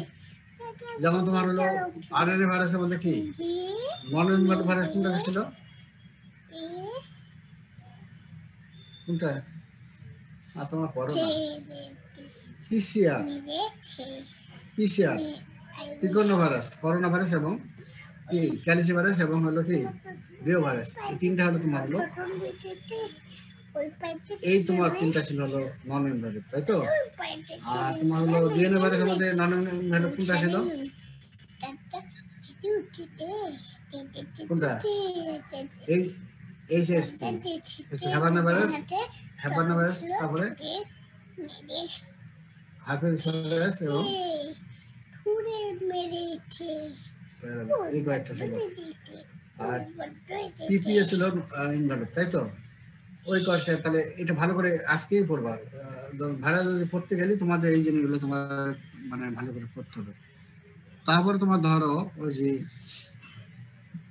আরেকটা প্রপার্টিসের মধ্যে কমন একটা জিনিস পড়েছিলাম, কোনটা তোমার হবে, তোমার হলো ওই যে যেরকমটা সিঙ্গেল স্ট্যান্ডার্ড কোনটা ডবল স্ট্যান্ডার্ড, একটা কমন সূত্র পড়ছিলাম, অল আরএনএ ভাইরাস আর সিঙ্গেল স্ট্যান্ডার্ড আরএনএ ভাইরাস গুলো except DNA virus which is double standard, তাই না? আর অল ডিএনএ ভাইরাস আর ডাবল স্ট্যান্ডার্ড except প্যারামেক্স ভাইরাস। তাহলে এখান থেকে তোমরা জানতেছো, সেগমেন্টেড নন সেগমেন্টেড না জানলেও হবে, সমস্যা নেই। এই কয়েকটা যদি ফিগার জানো তাহলে তোমার ওইখান থেকে তুমি কিন্তু এই যে এই প্রপার্টিস তুমি ইজিলি বলতে পারবে। তাহলে যেমন দেখো ফ্যামিলি রিও ভাইরাস, এটা কি আরএনএ ভাইরাস, তাই তো? প্রথম আমরা জানবো আরএনএ ভাইরাস কি আছে, পিসিআর, তাই তো? সেখানে তোমার আসলো রিও ভাইরাস আসলো। দেখেন সাইজটা তোমাদের না জানলেও সমস্যা নাই, সাইজ মুখস্থ করা সম্ভব নয়। তারপরে এখানে কি পিসিআর মধ্যে নন ইনভ্যালিড, পিসিআর গুলোর মধ্যে তো কি নন ইনভ্যালিড ছিল না, নন ইনভ্যালিড। তারপরে এটার এখানে একটু জানতে হবে, এটার যে তোমার হলো ইয়েটা শেপটা হুইল লাইক অ্যাপিয়ারেন্স, চাকার মতো, ডবল লেয়ার ইকোসাইডাল ক্যাপসিড, এই জন্য wheel like appearance in electromagnetic. Rabies virus তোমার কি ছিল, বুলেট শেপ, হলো তোমার হলো বুলেট শেপ, আর এটা হলো তোমার wheel like appearance, double layer ইকোসাইডাল capsid, wheel like appearance in electromagnetic. যেন হলো ডবল স্ট্যান্ডার্ড আরএনএ সেগমেন্টেড। আর এর মধ্যে সেরোটাইপ অনেকগুলো আছে, গ্রুপ এ টু জি, এর মধ্যে গ্রুপ এ বি সি আর হিউম্যান প্যাথোজেন। তার মধ্যে এই যে গ্রুপ এটা আমার মোস্ট কমন, ঠিক আছে? এটা একটু ভ্যাকসিন জানতে গেলে এটা একটু পড়তে হয়। যেখানে দেখো তো হুইল লাইক অ্যাপিয়ারেন্স, এখানে দেখো করোনা ভাইরাসের মতো দেখতেই স্যার। হ্যাঁ হ্যাঁ, এখানে দেখো হুইল লাইক অ্যাপিয়ারেন্স, হ্যাঁ দেখো, হ্যাঁ তারপরে দেখো এখানে, তাহলে সাইজটা দেখলা তো হুইল লাইক অ্যাপিয়ারেন্স। হ্যাঁ, কদম ফুলের মতো বলতে পারো, কদম ফুলের মতো লাগতেছে স্যার। কদম ফুলের মতো বলতে, ওটা আরোই ভালো আছে, কদম একদম কদম ফুল হুইলের মতো। এখন এপিডেমিওলজি আমরা কিছু জানবো, কি জন্য জানবো এটা বেশ করে প্র্যাকটিক্যাল পড়া যাবে, তখন বুঝবো। এবং আমি যে ক্লাসগুলো নিচ্ছি না, যখন প্র্যাকটিক্যাল লাইফে যাবা তখন বুঝবা যে আমার ক্লাসের গুরুত্বটা কতটুকু। এখনো তো বুঝতেছে না, এখন মনে করতেছে স্যার মনে খুব ডিটেলস পড়াচ্ছে, কিন্তু এই যে এগুলো তোমার যখন তোমার বেশ করে ফিফথ ইয়ারে যখন যাবে না, তখনও বুঝবা যে কেমন কতটুকু গুরুত্ব, তখন বুঝবা।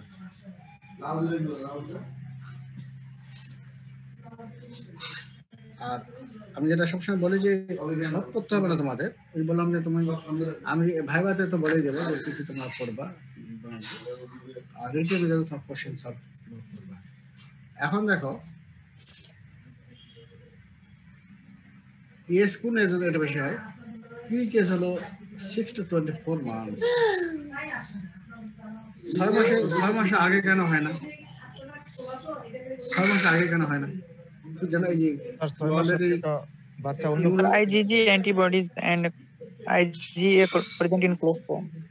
হ্যাঁ, তার মানে তোমার ইমিউনোলজি চলে আসবে, তাই তো? স্যার। না স্যার, তোমার হলো ইনবর্ন ইমিউনিটি কাকে বলা হয় তো? ইনেট ইমিউনিটি, তাই তো? সেই ইনেট ইমিউনিটি এখানে চলে আসবে কিন্তু। তাহলে ওই সময় তোমার যখন ইউটারাসে থাকতেছে তখন আইজি কোর্স করে করতেছে, আর যখন ডেলিভারি হলো তখন আইজি কোলেস্ট্রাম এবং ব্রেস্ট মিল্কের মাধ্যমে চলে যাচ্ছে, যার ফলে 6 মাস পর্যন্ত তাকে প্রোটেকশন দিচ্ছে। তো এই জন্য তারপরে 6 থেকে 24 মাস পর্যন্ত এটা হবে পিকেস। এই সময় 6 মাস পরে কিন্তু তখন তোমার ডিস শুরু হয়ে গেল, তখন আর তোমার তো ওই আইজিজি এবং আইজি আসবে না, তাই তো? এখন ওই সময় থেকে তোমার বেশি হবে। এরপরে হবে কি, 24 মাস পরে গেল, 3 বছর, মোর দেন 3 ইয়ার্স, তখন কি হবে? তখন ডায়রিয়া হবে, তবে ডায়রিয়া হবে mild or asymptomatic infection. Mild হবে তখন কি জানো, অ্যান্টিবডি অলরেডি তার শুরু তৈরি হয়ে যায়, তার রোগ প্রতিরোধ ক্ষমতা তৈরি হয়, তাই তো? তখন কিন্তু তোমার symptom mild or asymptomatic infection. এই জিনিসটা একটু পড়বা, রোটা ভাইরাস প্রেগনেন্ট ফরজে লাগবে। আমরা ভাই এগুলো তো অর্থ করি না। সিজন কোন সিজন হয়? উইন্টার সিজনে হয়। মোড অফ ট্রান্সমিশন কি হয়? এক্সাক্ট মেকানিজম অফ নন, তবে বেশি হয় কোনটা? ফিকোরাল লোড, এটাতে বেশি হয়। আবার ফিকোরাল লোড ছাড়াও আরও হইতে পারে রেসপিরেটরি রুট, এটা তো হইতে পারে। কেন ভালো আছে? শীতকালে তো তোমার হলো যে তখন তো তোমার বর্ষাকাল নাই, তখন তোমার পানি বাড়িতে হওয়ার তো কথা না, তাই তো? পানি বাড়িতে হওয়ার কথা না, কথা না। তখন তাহলে কি হবে হচ্ছে? তখন তাহলে ওই জন্য বলা হচ্ছে রেসপিরেটরি পসিবল, তখন রেসপিরেটরি ডাক্তার মাধ্যমে আসতে পারে। এই জন্য জোর দিয়ে বলতেছে না পসিবল, মানে এগুলো এখনো তো তোমার কন্টিনিউয়াসলি এখন এগুলো গবেষণা হচ্ছে, যারা এখন সম্পূর্ণ বলে নেই। এবং এই অ্যাসিম্পটোমেটিক পার্সন যারা, এরাও তোমার আমাদের সোর্স অফ ইনফেকশন কাজ করতেছে। এই হলো ট্রান্সমিশন। তারপর হলো প্যাথোজেনেসিস। প্যাথোজেনেসিস হলো কি, তোমার হলো অর্গানিজম, আমি আগে একটু বলে নিই যে আরেকটু অর্গানিজম একটু বলে নিই। সেটা হলো তোমার হলো অর্গানিজম তোমার ফিকোরাল রুট বা যে রুটে আমাদের বডিতে প্রবেশ করলো, তো মেনলি যেটা ফিকোরাল রুট এটা প্রবেশ করলো, করার পরে সে করলো কি ইন্টেস্টাইনে গেল, স্মল ইন্টেস্টাইন। সেখানে কি করবে কি, যে ভিলাই আছে না, ভিলায় যে ব্লাড বরার মিকোজা, এর সঙ্গে তার বাইন্ড করবে, ঠিক আছে? বাইন্ড করার পরে এরা ভিলায় সেলের ভিতরে প্রবেশ করলো এবং সেখানে মাল্টিপ্লাই করলো। আলটিমেটলি হবে কি, ভিলা সেলুলার অ্যাট্রফি হবে এবং অ্যাট্রফি হয়ে যাবে। এখন ওখানে এই ভিলায়ের মাঝখানে কি আছে? তুমি অ্যানাটমি আমার চেয়ে বেশি জানো। ক্রিপস অফ লোবারফোন আছে। এখন ভিলায়ের কাজ কি? অ্যাবজর্পশন করা, তাই তো? আর ক্রিপসের কাজ কি? সিক্রেশন করা, সেল থেকে সিক্রেশন করবে। বেসিক কাজ এটাই, আরো অনেক কাজ আছে আমাদের এখানে। সিক্রেশন। এখন এই ভিলাস সেলগুলো অ্যাট্রফি হয়ে গেল, তাহলে কি হবে? লুমেন থেকে তোমার অ্যাবজর্পশন হবে না। তোমার এই যে তোমার এই যে তোমার হলো কি গ্লুকোজ, সুক্রোজ, মানে তোমার সুগার, তারপর তোমার এই যে সোডিয়াম ক্লোরাইড মানে সল্ট, এগুলো অ্যাবজর্পশন হবে না। আর যেহেতু তোমার ক্রিপস লোয়ার কোন, এগুলো কি হয়? স্পেরিং থাকে, এখানে কোনো তোমার নষ্ট হবে না। তাহলে কি হবে? এগুলো সিক্রেশন করতে থাকবে। তাহলে একদিকে অ্যাবজর্পশন হচ্ছে না, কিন্তু সিক্রেশন হচ্ছে, তাহলে কি হবে? ডায়রিয়া হবে। তাহলে এটা একটা মেকানিজম। আরেকটা মেকানিজম কি, ওরা এক ধরনের টক্সিন তৈরি করে, নাম হলো টক্সিন তৈরি করে। এই টক্সিনটা করবে কি, সেলের ভিতরে যে ক্যালসিয়াম, এটা বাড়ায় দেবে। সেলের ভিতরে ক্যালসিয়ামটা বাড়ায় দেবে। ক্যালসিয়াম বাড়ায় দিলে হবে কি, তখন সেখান থেকে সোডিয়াম ক্লোরাইড এক্সপ্রেশন হবে, আর সোডিয়াম ক্লোরাইডের সঙ্গে তোমার গ্লুকোজ, সুক্রোজ এগুলো চলে যাবে। এই কারণে তোমার ডায়রিয়া হয়। ঠিক আছে, এটাই হলো তোমার প্যাথোজেনেসিস। তাহলে আমরা এখন পড়ি তাহলে virus enter into the body by ফিকো root. তারপরে কি হলো, আপনার এন্ট্রি ইনফেক্টস করলো and রেপ্লিকেটস in the mucosal sales of villi of small intestine. তাহলে স্মল ইন্টেস্টাইনে ভিলাই এখানে তার প্রবেশ করলো এবং রেপ্লিকেট করলো, যার ফলে কি হবে, সেলটা তোমার কি ড্যামেজ হবে। ড্যামেজ হলেই তখন তোমার হলো সেখানে অ্যাট্রফি হবে, because villous atrophy with spreading of crypts. Villous atrophy হলো কিন্তু ক্রিপস লোয়ার কোন, এটা স্প্রেডিং খেলো মানে কি, এখানে কোনো ইফেক্ট পড়লো না, ওরকমই থেকে গেল, তাই তো? তাতে কি হলো, ভিলাস অ্যাট্রফি কি করলো, causes marked decrease absorptive area of the gut lumen. Absorptive area যদি কমে গেল, তাহলে কি which leads to loss of insertion disaccharides such as sucrose, glucose, and diminished level of sodium, potassium, ATP activities, which produce malabsorption. Villus অ্যাট্রফির জন্য কি হলো, তাহলে lumen থেকে গাট লুমেন থেকে অ্যাবজর্পশন হচ্ছে না, এবং তাতে কি হবে, তোমার হলো ইন্টারেস্ট ডাইস্যাকারাইড যেগুলো আছে, গ্লুকোজ, সুক্রোজ, এগুলো তোমার সুক্রোজ, তোমার মেনলি সুক্রোজ, গ্লুকোজ তো মনোস্যাকারাইড, সুক্রোজ তোমার কি হবে, লুমেনে চলে যাবে, একটা গ্লুকোজ যাবে। আবার আরেকটা হলো যে তোমার এটিপি, সোডিয়াম এটিপি অ্যাক্টিভিটি কমে যাবে, তারপর লুমেন থাকে, তাহলে তোমার সোডিয়াম ক্লোরাইড অ্যাবজর্পশন হবে, যার মানে কি অ্যাবজর্পশন হবে। আরেকটা দেখো, cells, villi cells are largely absorptive and Krebs cells are secretory. A dysfunction of villi cells lead to an imbalance between absorption and secretion, resulting in a desiccation. তাহলে villi sell যেহেতু আর কাজ হলো absorption করা এবং Cripps সেলের কাজ হলো secretion করা, তাহলে কি হচ্ছে, যেহেতু অ্যাবজর্পশন হচ্ছে না, তাহলে খালি সিক্রেশনে গেলে হচ্ছে, যা বলে সেখানে ডায়রিয়া হচ্ছে। আরেকটা কি হয় দেখো, যে টক্সিন তৈরি হয়, নাম হলো NSP4 প্রোটিন, এটার নাম হলো ভাইরাল ইন্টারটক্সিন। এটা করবে কি, ভাইরাসের যে ইন্টারিক নার্ভাস সিস্টেম যেগুলো আছে এর উপরে কাজ করলে ক্যালসিয়াম আয়নটা বেড়ে যাবে। ক্যালসিয়াম আয়ন যখন বেড়ে যাবে, এর কনসিকুয়েন্সে তোমার ক্লোরাইড সিক্রেশনটা হবে, ক্লোরাইডটা সেল থেকে বেড়ে যাবে। আর ক্লোরাইড যখন যাবে, তখন ক্লোরাইড যখন একা যাবে, তখন সঙ্গে তোমার গ্লুকোজ, সল্ট, এগুলো সুক্রোজ, এগুলো গ্লুকোজ সবগুলোকে নিয়ে চলে যাবে, নিয়ে গিয়ে তোমার হলো ডায়রিয়া হলো। এটা ভালো করে দেখে নিও। ওই যে ক্যালসিয়াম আয়ন বেড়ে গেল, তারপরে ক্যালসিয়াম আয়ন বেড়ে গেলে কি হবে, তোমার এই যে সোডিয়াম ক্লোরাইড চলে যাচ্ছে বা বেড়ে, এই যে লুমেন চলে গেল, আর ইন্টারিক নার্ভাস সিস্টেমে তোমার এই যে কাজ করতে তোমার এই যে ইয়েগুলো, এটা আর কি। তারপরে তোমার তাহলে প্যাথোলজি বললে তো, প্যাথোলজি বুঝলে তো নাকি? জি স্যার। আচ্ছা, এখন ক্লিনিক্যাল ফেজে দেখো, ইনকিউবেশন অনেক কম, 1 to 3 days। হঠাৎ করে absorb onset with explosive diarrhoea, হঠাৎ করে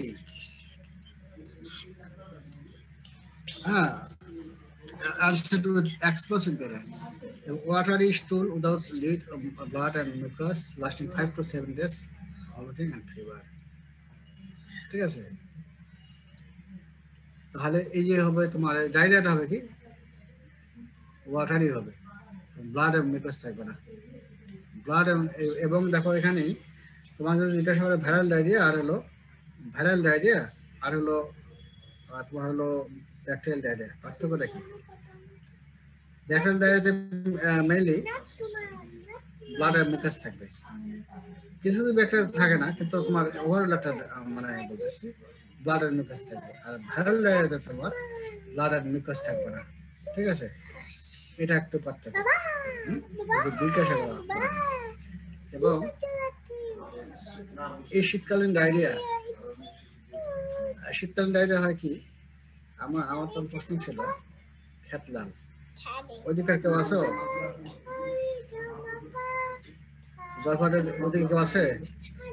ছাত্রদের মধ্যে কে আছে ওদিকে? হ্যালো স্যার আছে স্যার, অনেকে হয়তো স্যার এখন স্যার মানে প্রেজেন্ট নাই হয়তো স্যার। প্রেজেন্ট নাই।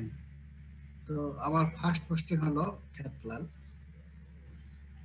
এবং আমি একাই পাবলিক, একাই ডাক্তার, একাই টিএসসি, একাই আরএমও, একাই আর মেডিকেল অফিসার, হ্যাঁ একাই সারাদিন কাজ করি, সারাদিন এবং সারা দিনের প্রথম মাসে রাউন্ড দেবো, তারপরে তোমার হলো কি করবো যে রাউন্ড দেওয়ার পর আবার আউটডোরে করবো, আউটডোরে রোগী দেখবো, তারপরে তোমার বাসায় যাব, তখন একা মানুষ, 8 তলা বিল্ডিং, একটা জনগণই নাই, একাই থাকি।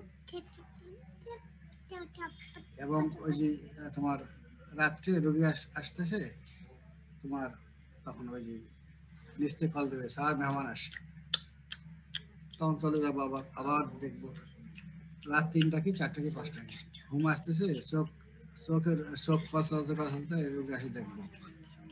আর শীতকালে আসলে বেশি হতো, শীতকালীন তোমার ডায়রিয়াটা হয়তো প্রচন্ড, তুমি ঘুমানোর সময় পাবে না, তুমি সময় পাবে না, একসময় এত মানে কষ্ট হইতো।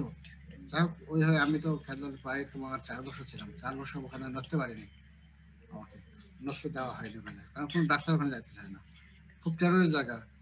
যখন তোমাদের যদি কেউ ফ্রেন্ড থাকে তাহলে ওদেরকে বলবা যে তোমার খেতলাল, আক্কেলপুর, কালাই এই 3টা থানা বাংলাদেশের মধ্যে টেরোরিস্ট জায়গা, তাদেরকে বলবা, তারা খুবই ওইখানকার লোকজন এত খারাপ। তো যদি কেউ চাকরি করো তখন বুঝবা, ভুলেও ওই সমস্ত জায়গায় কেউ পোস্টে নেবে না, ভুলেও ওই জায়গায় পোস্টে নিলে তোমার জীবন শেষ। তখন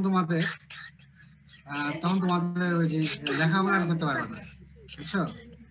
লেখাপড়া করতে পারবে না, ওখানে সরতে পারবে না, ওখানে যখন ভুলেও ইংরেজি পাস করবা, বিশেষ পাস করবা, করার পরে অনেকে জয়পুরহাটের ইয়ারগুলোতে প্রশ্ন নেবে না। 5 মিনিটটা ভালো, 5 মিনিটটা খারাপ না, তবে ওই 3টা থানা নেবে, খেতলাল, আক্কেলপুর, কালাই, এই 3 জায়গায় খবরটা নিবে না, ভুল করো। আচ্ছা, ল্যাব অ্যানালাইসিস কিভাবে করবো? ল্যাব অ্যানালাইসিস করবো হলো স্টুলই আমরা স্পেশালি নেবো, তো স্টুল, তাই তো স্টুল নেবো আর ব্লাড নেবো, দুটাই। হ্যাঁ হয়েছে বাবা, আরেকটু। হ্যাঁ দাদা আমার সাথে খেলবে। হ্যাঁ খেলবে, থামো আরেকটু, তুমি শেষ ক্লাসটা তুমি নেবে। তো রোটাভাইরাস ডিটেকশন ইনস্টিটিউট, এখানে কি করে ইলেকট্রন মাইক্রোস্কোপ দেখবো আমরা, দেখে রোটাভাইরাসটা দেখবো। আর অ্যান্টিজেন ডিটেকশন ইনস্টিটিউট কিভাবে দেখবো? এলাইজা এবং ল্যাটেক্স অ্যাগ্লুটিনেট টেস্ট। অ্যান্টিবডি দেখবো by ELISA, nucleic acid detection দেখবো বাই পিসিআর, আর কালচার করবো ইউজুয়ালি নট ডান, ঠিক আছে? তবে করা যায় কোথায়? Group A rotavirus can be কালচারড in monkey kidney sell. তাহলে স্টুলে আমরা দেখবো কি ডাইরেক্ট ভাইরাস পার্টিকেলকে দেখবো বাই ইলেকট্রন মাইক্রোস্কোপ। তবে অ্যান্টিজেন দেখবো এলাইজা এবং ল্যাটেক্স অ্যাগ্লুটিনেট টেস্ট। আর অ্যান্টিবডি ব্লাড অ্যান্টিবডি দেখবো কি এলাইজা, আর নিউক্লিক অ্যাসিড ডিটেকশন দেখবো বাই পিসিআর। আর কালচার কি বলবো? Not usually done, group A rotavirus can be কালচারড in monkey kidney sell. আর তোমার হলো এই যে ভ্যাকসিন আমরা ধরবো না, তো প্র্যাকটিক্যাল পারপাস তোমরা জানে রাখিও, ভ্যাকসিন পাওয়া যায় দুইটা ভ্যাকসিন এখনো পাওয়া যায়, রোটারিক্স এবং রোটাটেক। রোটারিক্স এটা মনোভ্যালেন্ট ভ্যাকসিন, এটা সাধারণত 2টা ডোজ দেওয়া হয়। সবারই দেওয়া যায়, তবে এই বয়সটাই দেওয়া ভালো, কারণ যেহেতু তোমার এই বয়সে তোমার 6 থেকে 24 মাসে 6 সপ্তাহ থেকে 24 মাস এই সময়টা তোমার দিলে সবচেয়ে ভালো হয়, ইমিউনিটা ওই সময় ডেভেলপ ভালো করে। 2 dose oral in phase 6 weeks to 24 weeks of age দেওয়া হলো। First dose beginning at 6 weeks of age, second dose কি 4 সপ্তাহ পরে দিতে হবে, তবে 24 মাসের সপ্তাহের আগে দিতে হবে। এগুলো তোমাদের আমার ধর্ম এগুলো। আরেকটা রোটাটেক, এটা 3টা ডোজ হয়, এটা হলো পেন্টাভ্যালেন্ট, এটা 5টা সাইটোটাইপ মিলে করা হয়, 3টা ডোজ দেওয়া হয়। একটা হলো তোমার হলো ফার্স্ট ডোজ 6 থেকে 12 সপ্তাহ, আর নেক্সট ডোজ হলো 7 থেকে 10 সপ্তাহ পরে, এইভাবে দেওয়া হয়। আর থার্ড ডোজ অবশ্যই 32 সপ্তাহের আগে দিতে হবে। এগুলো তোমাদের রিটেনও আসে না, ভাইভাতে আসে না, জাস্ট জানো যে ভ্যাকসিন পাওয়া যায়। স্যার এটা কি লাইফ লং ইমিউনিটি দেয় স্যার? না, লাইফ লং দেয় না এগুলো। তো এখন তোমরা বলো তো লাইফ লং, কিন্তু আসলে কত দেয় সমস্যা আছে, লাইফ লং দেওয়ার কথা, কিন্তু তোমরা এর পরের ক্লাসটা নেবো হলো নেবো হেপাটাইটিস ভাইরাস। কবে নেবো আমি জানাবো, এখন আমি কিন্তু শরীরে আছে, বুঝছো, তারপর শরীরের মধ্যেও আমি নিলাম। তো তোমরা তাহলে এই কয়েকদিন তোমাদের ক্লাস নিবে, তোমার ম্যাডাম নেবে মারুফা, রাফি। জি স্যার। তাহলে তোমার ম্যাডামের কাছে যোগাযোগ করিও। হ্যাঁ স্যার, আমি একটা কল দেবো। হ্যাঁ, করে তাহলে কাল যে ক্লাস নাও, ক্লাস শুরু করে দাও। ওনাকে বলা আছে আমার, ওনাকে তোমার নাম্বারও দেওয়া আছে, যোগাযোগ করে তাহলে ক্লাস তো শুরু করো। তারপরে মাঝে মাঝে এমন নিতে পারলে নেব, ছুটি আর কি, কালকে ছুটি থাকলে তারপরে কলেজে আমি গেছি। এখন তোমাদের সরো স্যারকে থ্যাংক জানাও, আর তোমার সরো স্যার আরেকটা জিনিস পড়া ইয়ে করে তো বাবা, তোমার কবিতা আরেকটা ভালো করে বলো তো। আচ্ছা, ওই দেখা যায় চাল ডাট, ওই দেখা যায় চাল ডাট, ওই আমাদের যা ওইখানেতে বাচ্চাদের টানা বুঝিচ্ছা, ও বুবু তুই ছাড়ছি, পাঁচটা আমি ছাড়ছি, পাঁচটা আমি ছাই না, পুঁটি মাছ পাচ্ছি, একটা যদি পাই দাপুর দুপুর খাবো, দাপুর দুপুর খাবো। তাহলে তোমাদের বড় স্যারকে তাহলে থ্যাংকস জানাও একটু। ধন্যবাদ, 2 স্যারকে ধন্যবাদ, ছোট স্যার বড় স্যার দুইজনকে ধন্যবাদ। ও ক্লাস না যেরকম ব্যস্ত হয়ে গেছে, বুঝছো, বাবা আমি ক্লাস নেবো, আমি ক্লাস নেবো, আমি ক্লাস স্যার বুঝতেছি স্যার, ওই জন্য ব্যস্ত হয়ে গেছে, ক্লাসের বসে আসছিল বসে আছে। আর আমার খুব ভক্ত, আমার কাছে আসে বোঝে না। তো ঠিক আছে, সবাই ভালো থাকো। স্যার ধন্যবাদ স্যার, আসসালামু আলাইকুম স্যার। Thank you. বেড়াতে আইসো আমাদের এখানে।